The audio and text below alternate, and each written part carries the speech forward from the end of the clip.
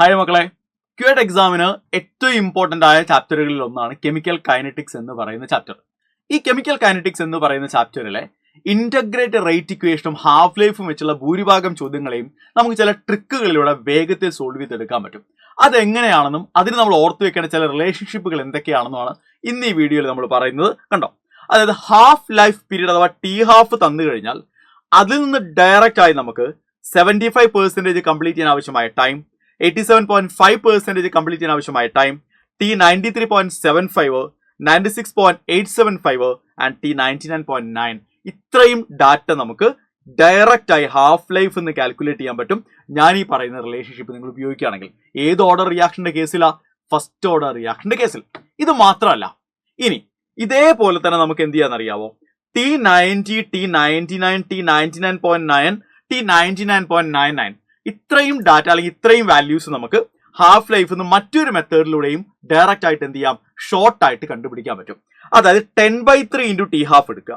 10/3 into T half, അതിനെ into 1 ചെയ്താൽ T90 ആണ്, ഇൻറ്റു 2 ചെയ്താൽ T99 ആണ്, ഇൻറ്റു 3 ചെയ്താൽ T99.9 ആണ്, ഇൻറ്റു 4 ചെയ്താൽ T99.99 ആണ്. ഇനി ഇതിന് പുറമെ ചിലപ്പോൾ ടി ഹാഫ് അല്ല ചോദ്യത്തിൽ തന്നിരിക്കുന്നതെന്ന് വിചാരിക്കും. ചിലപ്പോൾ നിങ്ങളോട് T90 തന്നിട്ട് ഇതിൽ ഏതെങ്കിലും ഒന്ന് കാൽക്കുലേറ്റ് ചെയ്യാൻ പറഞ്ഞാൽ T90 ഡയറക്റ്റ് ആയി നമുക്കിത് ചെയ്യാൻ പറ്റും. കാരണം T99 എന്ന് പറയുന്നത് 2 times T90 ആണ്, T99.9 എന്ന് പറയുന്നത് 3 times T90 ആണ്, T99.99 എന്ന് പറയുന്നത് 4 times T90 ആണ്.